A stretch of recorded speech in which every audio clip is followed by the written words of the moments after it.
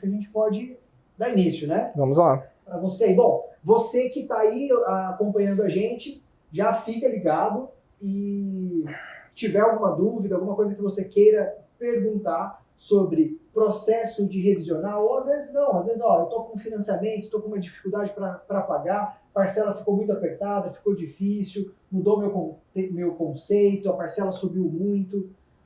Quer mandar alguma pergunta? É a sua hora. Aproveite e aí a gente vai aqui juntos esclarecer muitas coisas hoje com o Diogo. Eu vou ter que me cuidar para não chamar de Jim. É verdade. Quem conhece aí o Diogo, também conhecido como Jim, faz parte da equipe de treinamento do Instituto Você, que acompanha, um amigo de coração que acompanha há um tempo. Muitos anos já, né? Cara, e aí? Me conta um pouco, conta pra gente o que é exatamente, o que é uma ação revisional. Bom, Vono, ação revisional, como o próprio nome diz, é uma ação que busca fazer uma revisão em um acordo pactuado de compra e venda, de financiamento, que foi feito entre alguém que deseja comprar algo e uma instituição financeira, uma incorporadora, uma construtora.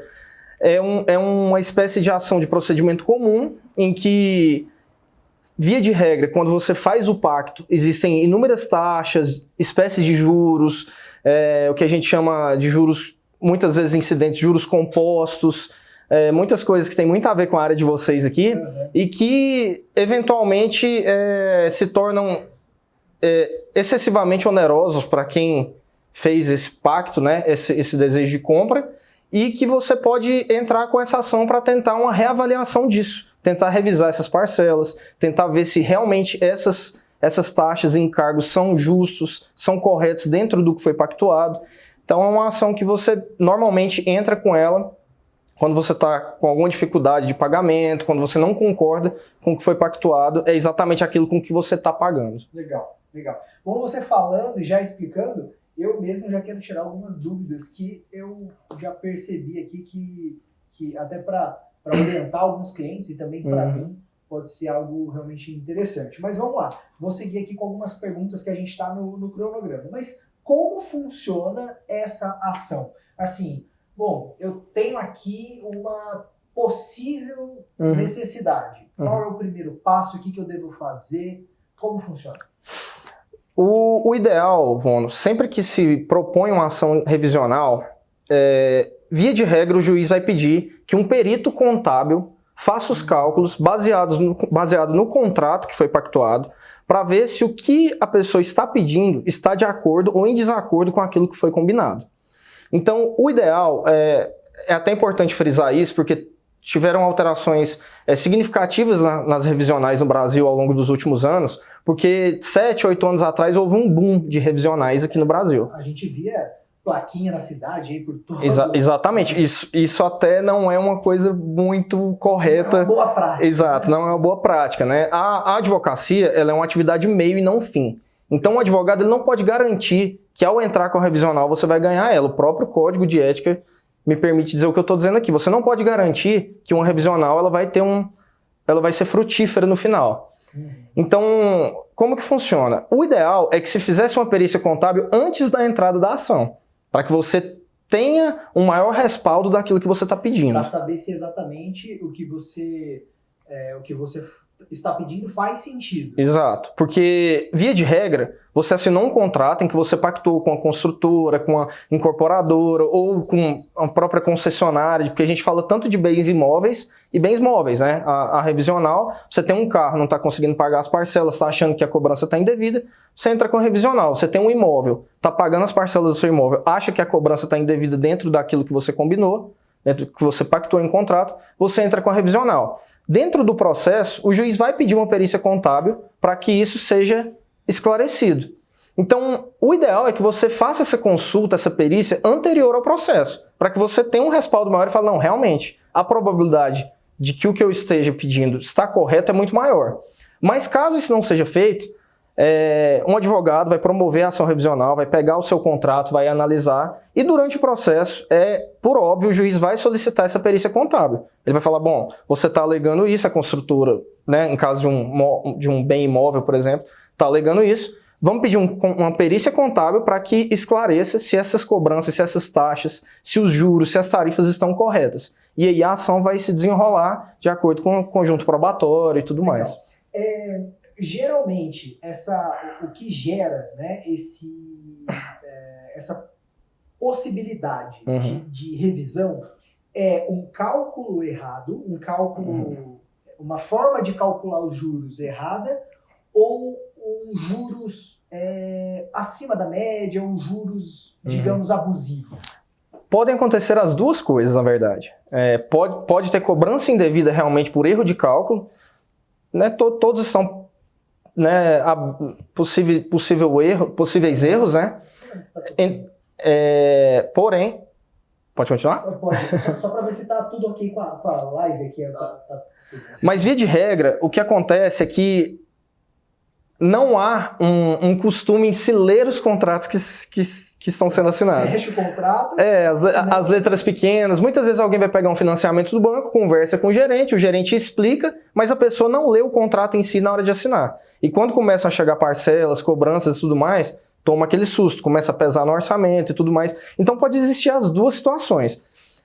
Há uma tendência no Brasil de cobrança por via de bancos, por via de financeiras, essas incorporadoras.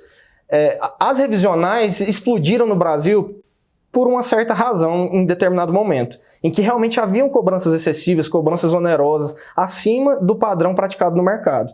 Então isso gerou essa quantidade de revisionais que aconteceram aí nos últimos anos. Então as duas coisas acontecem. Por erro, que aconteceu, por exemplo, no caso do Thiago Nigro, aconteceu um erro de cobrança no cálculo da incorporadora, mas também acontecem cobranças indevidas. Então as duas coisas são possíveis. Isso. Aí uma pergunta já encaixando nessa pergunta, imagina o seguinte contexto: eu contratei um financiamento e a taxa de juros, a taxa básica de juros, né? A taxa básica de juros é conhecida como a Selic, que é a taxa que serve como base para todo o mercado financeiro, para todo o mercado de juros, né? A taxa de juros era 14% ao ano. Hoje a taxa de juros, inclusive, reduziu mais uma vez, está 6% ao ano. Né? Então é menos da metade. Pergunta. Então, quando eu contratei, eu tinha uma taxa de juros mais alta, a taxa de juros veio caindo e hoje, proporcionalmente, está tudo ok, meu contrato está certinho, mas proporcionalmente, essa taxa que eu tenho hoje, ela, como um contrato de longo prazo, ela já está defasada. Né? O mercado está muito abaixo dessa taxa. Cabe aí uma possibilidade de rever esse contrato, de uma ação revisional? O grande segredo da revisional, Vono, é que o judiciário não tem uma fórmula mágica para determinar aonde ela cabe e aonde ela não cabe. Há um contexto um pouco abstrato para determinar isso. O STJ, que é o Superior Tribunal de Justiça, que normalmente cria os entendimentos que vinculam os tribunais abaixo, ele entende que o motivo para se validar uma revisional é quando haja uma onerosidade excessiva. Mas você entende que esse termo é muito abstrato? Existe um entendimento desde... Comparado aqui. Existe, por exemplo, a lei de usura, que dita que uma cobrança acima de 1% ao mês de juros remuneratórios, que é o normal, que seria 12% ao ano, é excessiva. Porém, o STJ entende que para financiamentos bancários e cobrança de cartão ela não é. Então você não precisa seguir essa regra. Então tem alguns contextos que encaixam melhores para você identificar se cabe uma revisional ou não. Por exemplo, quando você consegue identificar que há juros de capitalização, que é o que a gente chama de juros compostos, caberia uma revisional. Entretanto, se isso estiver expresso no contrato, a revisional não é válida, porque você estava consciente daquilo. Faz parte das regras. Né? Exato. Exatamente. Tem entendimentos que ditam que se você tiver uma cobrança acima de 50%, até 50% dos juros remuneratórios, que seria de 12% ao ano, então 50% acima seria 18%, né? De 12%, 50% a mais, 18%. Ainda seria válido. Tem entendimentos que ditam que 12% é o limite. Então, eu faço uma comparação assim, que eu acho que encaixa muito bem, que é quando você vai contratar um seguro. Quando você contrata um seguro, a seguradora não tem como te cobrar o mesmo valor que vai cobrar meu, porque ela vai fazer um cálculo baseado na sua idade, em sinistralidade, baseado no CEP que você indicar que é onde você mora. Então você concorda que para um banco que vai fazer um financiamento, Quando ele vai fazer um financiamento baseado em um consumidor que tem uma certa... Níveis de risco. Níveis de risco. Diferentes. Baseado em níveis de risco, então a onerosidade excessiva ela é muito relativa. Quando o banco vai fazer um financiamento para uma pessoa que não tem uma base sólida, ele tem que calcular esse risco e cobrar um valor a mais. Talvez a onerosidade excessiva aí não vai ser a mesma de quem pegou um empréstimo menor. Exato. Então é por isso que o advogado não pode garantir uma revisional. Que vai existir. Para o banco, o que muda muito a taxa, porque a gente tem uma taxa diferente para um crédito pessoal, diferente de um crédito consignado. Uma taxa de um financiamento imobiliário é muito diferente de uma taxa de um cheque especial, né? De um exatamente. cheque especial. Justamente por conta do nível de risco, né?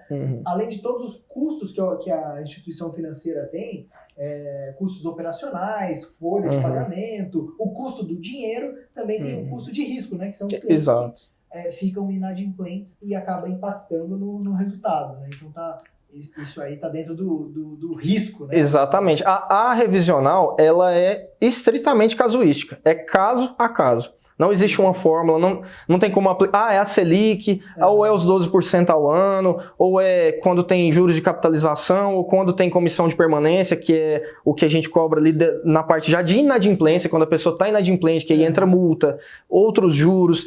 Tudo isso são fatores que identificam uma possível revisional, mas nada é uma garantia de que ela vai ser frutífera lá na frente. Legal, legal. Bom, vamos seguir. E aí, por aí, tem alguma pergunta? Se você está aí na live e já tem alguma dúvida, quer tirar essa dúvida agora, aproveita, manda a sua pergunta que a gente vai ler aqui. Os meninos, a equipe está atenta e a qualquer dúvida que chegar, manda pra gente. Tem alguma dúvida aí, Queiroz? Minha mãe não quer pagar o condomínio por causa da síndica, já tem alguns meses. Assumir as contas ou aguardar o processo e ver no que dá? E o que essa falta de pagamento pode gerar? Boa pergunta. Excelente pergunta. Tem a ver aí com essa questão de revisionar. Tá próximo. Tem até uma pergunta que eu falo, né, que os clientes sempre perguntam a respeito de revisional. Paro de pagar ou não paro de pagar? Né?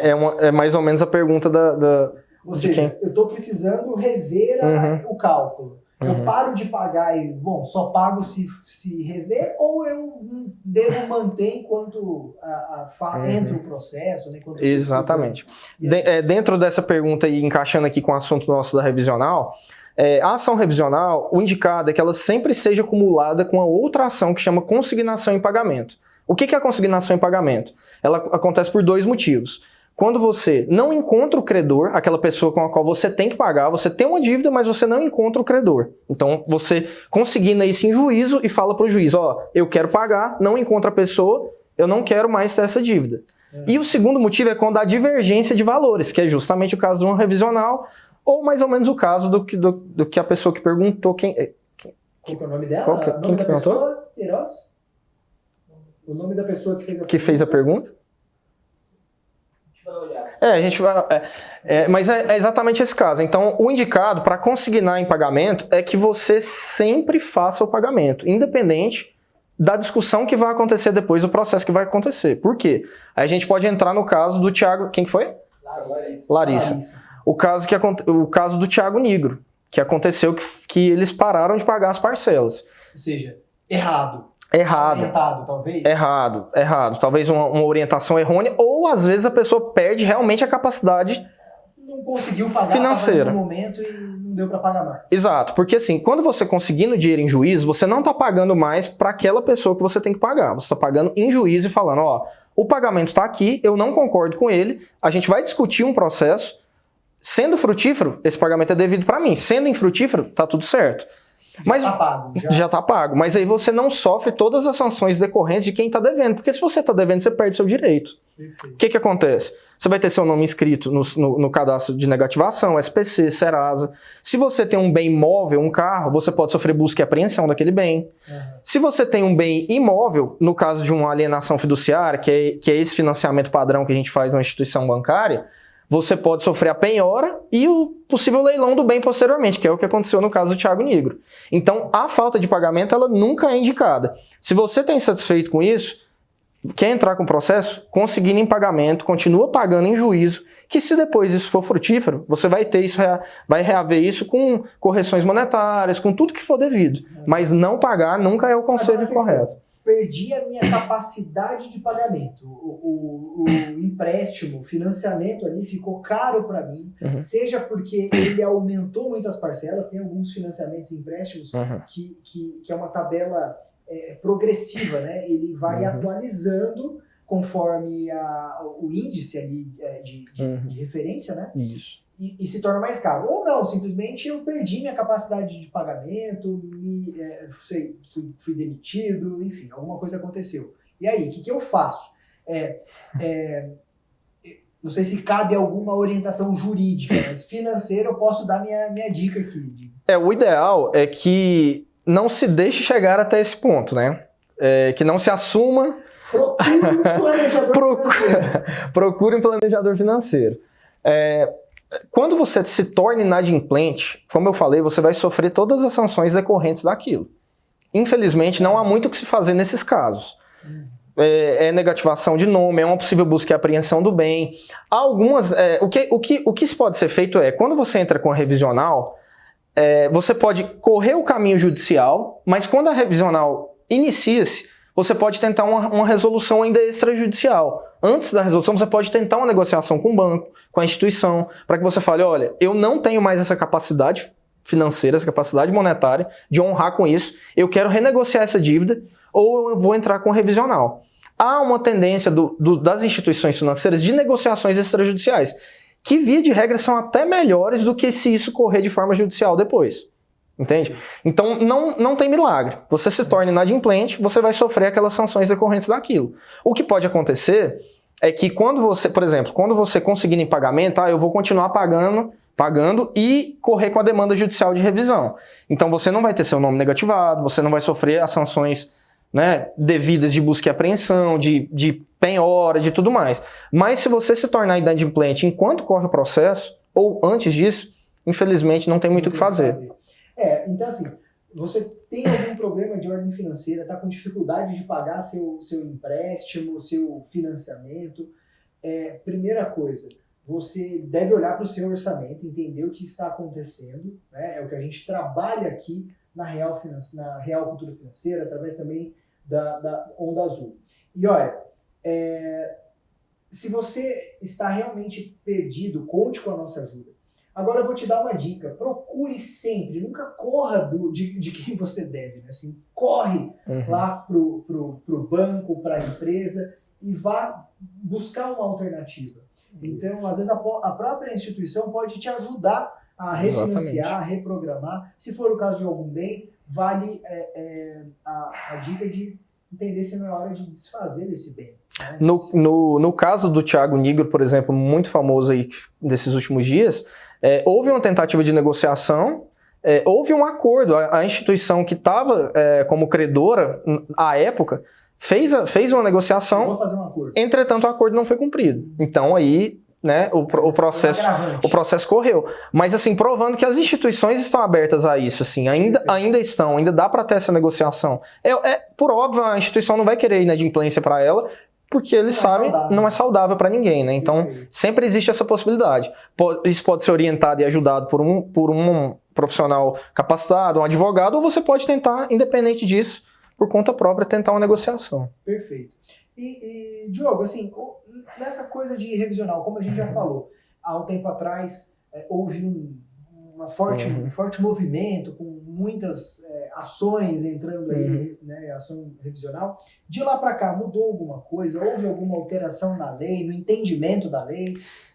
Fala um pouquinho disso pra gente. O que aconteceu, assim, de alguns anos para cá, poucos anos aí, 5, 6 anos, o STJ, que é o Superior Tribunal de Justiça, começou a segurar as revisionais, começou a dar entendimentos mais favoráveis às instituições financeiras. Isso acontece por alguns motivos. Primeiro, porque a revisional virou um negócio.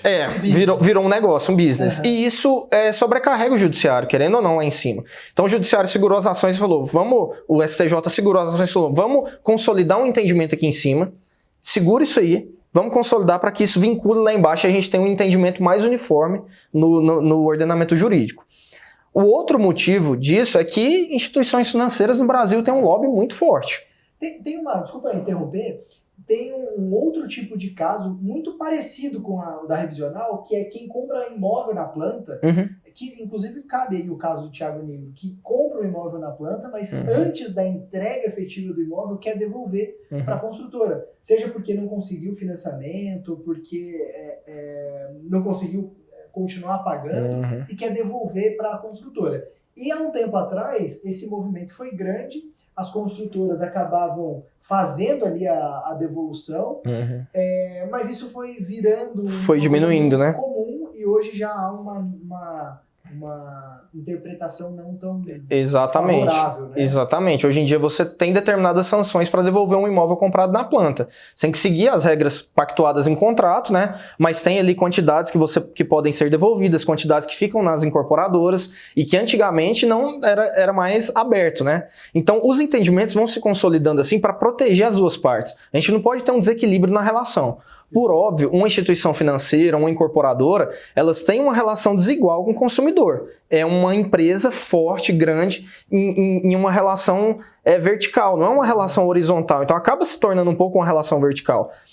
Mas também não se pode ter uma farra em relação a ações ou em relação a pedidos de uma forma que se torne também prejudicial ao negócio para os bancos, para as incorporadoras. Então, sempre ocorre esse movimento de equilíbrio no judiciário, né? É o que aconteceu com as revisionais agora. Então, as revisionais agora têm um olhar, o STJ buscou esse olhar que tem entendimentos mais para o lado dos bancos, das financeiras e tudo mais. Então, por isso, tem que olhar com parcimônia, com muito cuidado, quando você vai entrar com o revisional agora. Preenche os requisitos, a gente tem juros sobre juros, a gente tem taxas indevidas, tudo tem que ser olhado, feita uma perícia inicial, se for possível, para que a gente possa entrar com mais segurança com o revisional. Perfeito. Queiroz, mais alguma dúvida aí, alguma pergunta?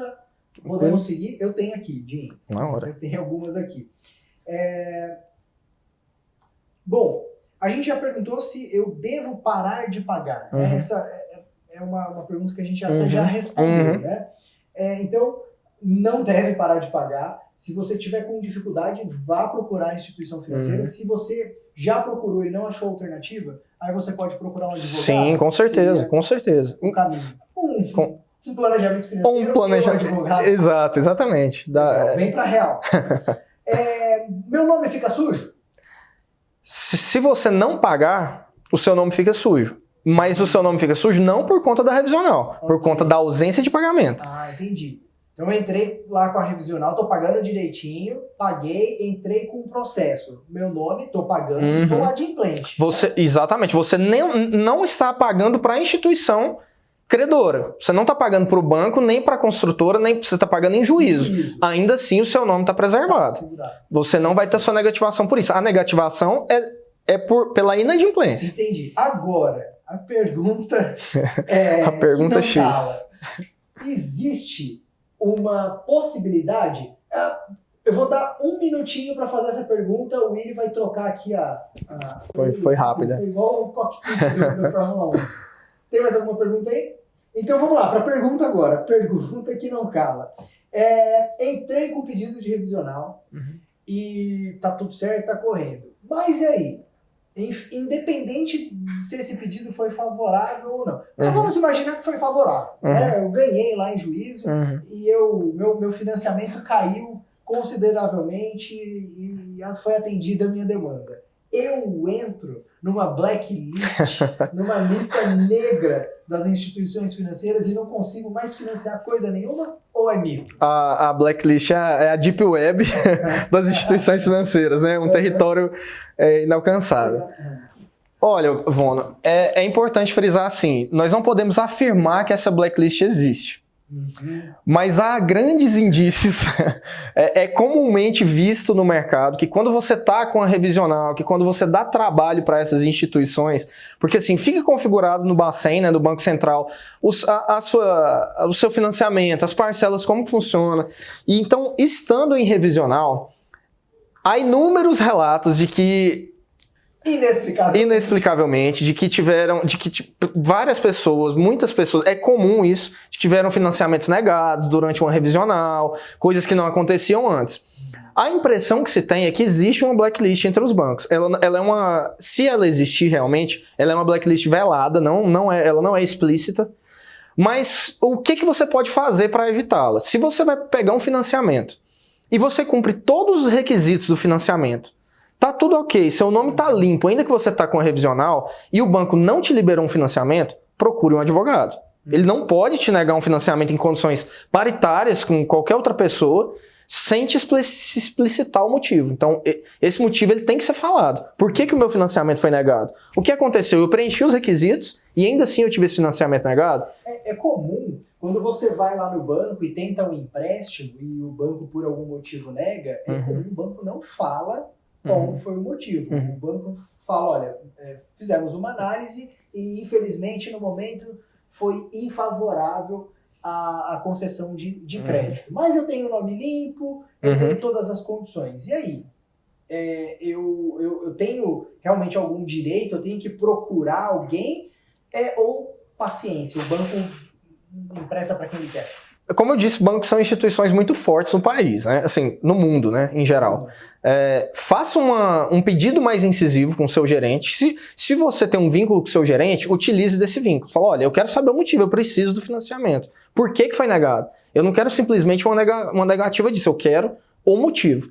Se isso não acontecer ainda assim, com essa forma mais incisiva, procure seus direitos, procure um advogado, para que ele possa te orientar, te auxiliar nisso aí e te acompanhar dependendo de como for, porque dependendo de como for a negativa, cabe uma demanda judicial, né? A instituição não pode simplesmente te negar por algo discriminatório sem razão.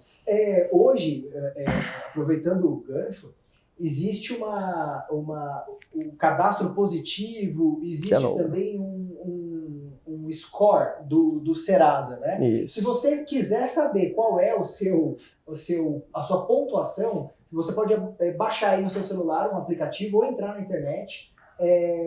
Se eu não me engano, o aplicativo chama Serasa Consumidor. Acho que é isso mesmo. Serasa Consumidor. Queiroz, dá uma olhada aí no nome do aplicativo, procura aí pra gente formar o aplicativo. Serasa Consumidor, joga aí, vê se é esse mesmo nome do aplicativo. Você pode entrar, fazer seu cadastro, aproveita e faça seu cadastro positivo. Por quê? Quando você vai pegar algum empréstimo, algum financiamento, atualização cadastral, é isso mesmo? Serasa Consumidor. Serasa Consumidor. Não é confirmado aí pelo grande Queiroz. Se o seu cadastro estiver desatualizado, pode negar crédito, porque o banco não se sente confiante em te conceder um crédito. Se você não tem informação... É a comparação da seguradora, né? O banco faz toda essa busca para que ele facilite e, inclusive, tenha taxas mais favoráveis. Você pode ter uma taxa melhor, né? Se você tiver um cadastro bem feito. Né? Exatamente. Dizendo qual a sua profissão, qual a sua renda. Então você pode entrar aí no Serasa, primeiro, ver qual é a sua pontuação. Essa pontuação ela pode oscilar conforme algumas questões. Por exemplo, se você atrasou a conta de água, né, pagou atrasado, ou costuma pagar conta de telefone, a sua TV, internet, costuma pagar em atraso, ou mesmo se você não tiver inadimplente, mas paga muitas vezes em atraso, você cai a sua pontuação. Se você tiver inadimplente, você já vai lá para baixo, cai, despenca. Em compensação, se tiver tudo em dia, você honra com as contas direitinho, você vai ter um score melhor na hora de buscar um financiamento, um empréstimo, na compra de um imóvel, de um bem, você vai ter uma facilidade a mais. Perfeito. Mais alguma dúvida, Queiroz? Como é que estamos aí? Mais Tranquilo? alguma dúvida, nenhuma dúvida? Olha, quero agradecer, Diogo, pela sua participação aqui. Eu que agradeço. Foi muito esclarecedor para mim. Eu também me sinto mais preparado para auxiliar nossos clientes. Se você estiver assistindo essa live aí depois, posteriormente, ficou alguma dúvida, quiser saber um pouco mais sobre essas questões, esses problemas, manda aí uma mensagem aqui pra gente, pra Real, que se eu puder esclarecer, vou esclarecer. Se eu não puder, vou me informar com quem sabe. E aí eu esclareço todo mundo. Legal? Muito obrigado, uma boa noite para vocês e bora realizar. Boa noite, pessoal. Valeu. Tamo junto.